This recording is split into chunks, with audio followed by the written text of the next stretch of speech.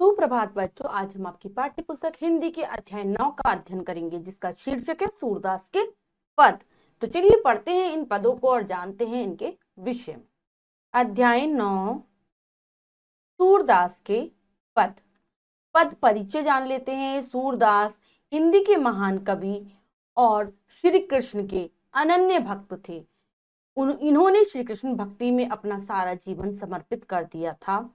प्रस्तुत पदों में पहले पद में सूरदास ने भगवान श्री कृष्ण के प्रति अपनी भक्ति की पराकाष्ठा को प्रदर्शित किया है। वे जहाज के उस पंछी की भांति हैं जो घूम फिरकर जहाज पर ही लौट आता है, उसका मन कहीं शांति प्राप्त नहीं करता। दूसरे पद में भी कहते हैं कि जिसके ऊपर प्रभु की कृपा हो जाती है, उसके लिए असंभव भी संभव हो जाता है। तो चलिए अब पढ़ते हैं पदों को विस्तार पूर्वक।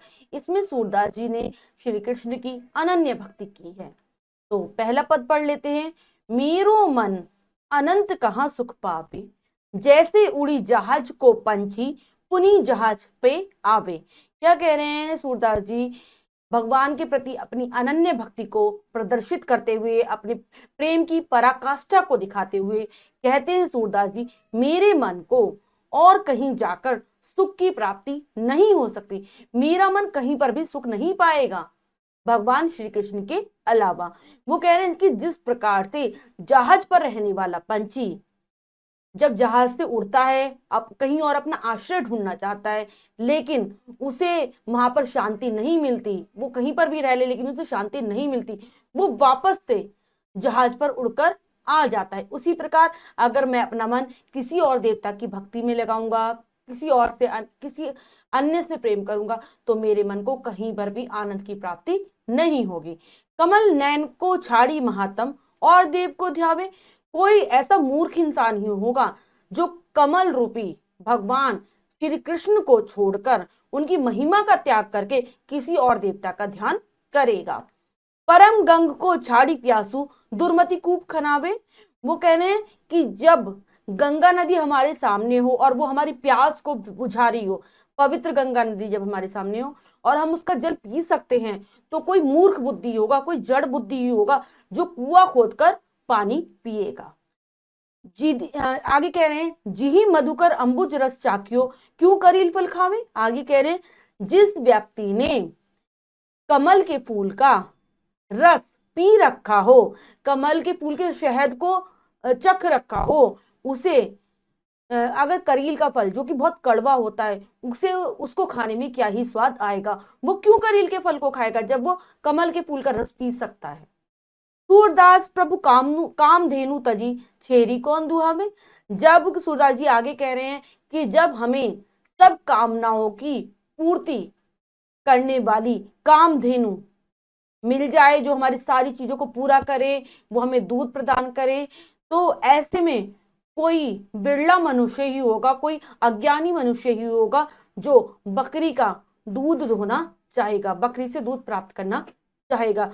तो यहाँ पर वो कह रहे हैं कि सारी चीजें व्यर्थ हैं अगर हम किसी और देवता का ध्यान करते हैं श्री कृष्ण के अलावा, क्योंकि वो सभी गुणों के सागर हैं, हमें सब कुछ प्रदान करने वाले हैं। आगे कह रहे हैं दूसरे पद में, चरण कमल बंदो हरिराई जाकी कृपा पंगु गिरी लगे अंधे को सब कुछ दर्शाई। वो कह रहे हैं कि मैं ऐसे चरण कमलों की वंदना करता हूं, भगवान श्री कृष्ण के चरण रूपी कमलों की मैं वंदना करता हूं, उनको बार बार प्रणाम करता हूं, जिसकी कृपा से, जिनकी कृपा अगर हमारे ऊपर हो जाती है, जिस पर भी उनकी कृपा हो जाती है, तो उनकी कृपा का क्या प्रभाव होता है। अगर कोई लंगड़ा व्यक्ति भगवान श्री कृष्ण की आराधना करता है, तो उनकी कृपा से वो लंगड़ा व्यक्ति भी पहाड़ को पार कर जाता है, उसको लांघ जाता है। अंधे को सब कुछ दर्शाई, और अंधे व्यक्ति को सब कुछ दिखाई देने लगता है। बहिरो सुने मुख पुनि बोले, बहरा सुनने लगता है। अगर भगवान की कृपा हो जाए तो बहरे को भी सुनाई देने लगता है, मुख पुनि बोले, और जो गूंगा व्यक्ति है वो फिर से बोलने लगता है। रंग चले सिर छत्र धराई, और जो निर्धन व्यक्ति है उसको भी भगवान की यदि कृपा मिल जाती है, तो वो निर्धन व्यक्ति भी बहुत बड़ा राजा होता है और अपने सिर पर छत्र धारण कर लेता है। सूरदास स्वामी करुणा में बार बार बंदोती ही पाई। तो सूरदास जी कह रहे हैं कि ऐसे करुणा में भगवान, हम सब पर दया करने वाले भगवान श्री कृष्ण की मैं बार बार वंदना करता हूँ, बार बार उनके चरणों में प्रणाम करता हूँ, बार बार मैं उनको नमन करता हूँ।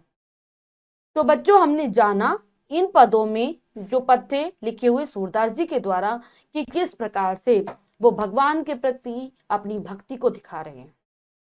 वो भगवान की इतनी ज्यादा भक्ति करते थे, उन्होंने जीवन पर्यंत भगवान की भक्ति में ही अपना सब कुछ अर्पण कर दिया था। अब है, आगे पढ़ते हैं पाठ के शब्दार्थ। अनंत अनंत खनाबे खोदना, छेरी बकरी गिरी पर्वत, महातम महिमा जिही जैसे, चरण पैर रंक निर्धन, कूप कुआ मधुकर भौरा, जाकी जिसकी। तो ये थे पाठ के शब्दार्थ जिन्हें आप अच्छी प्रकार से याद कर लेंगे। अब हम पाठ का अभ्यास कार्य कर लेते हैं, जो है पहला प्रश्न बहुविकल्पीय प्रश्न से। तो पहला प्रश्न पढ़ते हैं और करने की कोशिश करते हैं। सही उत्तर वाले गोले को रंगिए। तो बच्चों, जो ये प्रश्न है, 4 विकल्प है, 3 विकल्प गलत है, 1 विकल्प सही है। हमें सही विकल्प को चुनना है और गोले को रंगना है। तो चलिए करते हैं। श्री कृष्ण के अनन्य भक्त कौन है? कबीरदास, सूरदास, तुलसीदास, इसमें से कोई नहीं। तो श्री कृष्ण के जो अनन्य भक्त हैं वो हैं सूरदास। बी विकल्प सही है, लगा देंगे बी विकल्प पर। श्री कृष्ण के बिना कौन सुखी नहीं रह सकता? कवि का शरीर, कवि का मन, कवि की आंखें, इनमें से कोई नहीं। तो भगवान के बिना, श्री कृष्ण के बिना कवि का मन सुखी नहीं रह सकता, लगा देंगे बी विकल्प पर। इसके बाद है, किन पंक्तियों का अर्थ है उसकी कृपा से निर्धन के सिर पर छत्र धरा जाता है? दुर्मति खूब खनावे, रंग चले सिर छत्र धराई, छेरी कौन दुहावे, इनमें से कोई नहीं। तो इसमें हमारा सही है बी विकल्प, रंग चले सिर छत्र धराई, लगा देंगे बी विकल्प पर। नेक्स्ट है, छेरी कौन दुहावे का क्या अर्थ है? बकरी को स्नान कराना, बकरी को चराना, बकरी का दूध निकालना, इनमें से कोई नहीं। तो इसका अर्थ हो गया बकरी से का दूध निकालना। सी विकल्प सही है, लगा देंगे सी विकल्प पर। नंबर 5 पढ़ेंगे। करील फल किसको अच्छा नहीं लगता है? मनुष्य को, भौरे को, मधुमक्खी को, इनमें से कोई नहीं। तो जो करील का फल होता है वो भौरे को अच्छा नहीं लगता है। बी विकल्प सही है, लगाएंगे बी विकल्प पर। इसके बाद अगला प्रश्न है लिखित प्रश्न। निम्नलिखित वाक्यों में रिक्त स्थानों की पूर्ति कोष्ठकों में दिए गए उचित शब्दों से कीजिए। तो बच्चों, यहाँ पर कुछ पद की पंक्तियां हैं जो कि अधूरी हैं, हमें उचित शब्दों से उनकी पूर्ति करनी है। कोष्ठक में 2 शब्द है, एक शब्द सही है और एक शब्द गलत है। हमें सही शब्द चुनना है और वाक्यों को पूरा करना है। तो करते हैं। पहला है, मेरो मन अनंत कहाँ रिक्त स्थान पावे सुख दुख। तो क्या आ जाएगा? सुख, लिखेंगे सुख।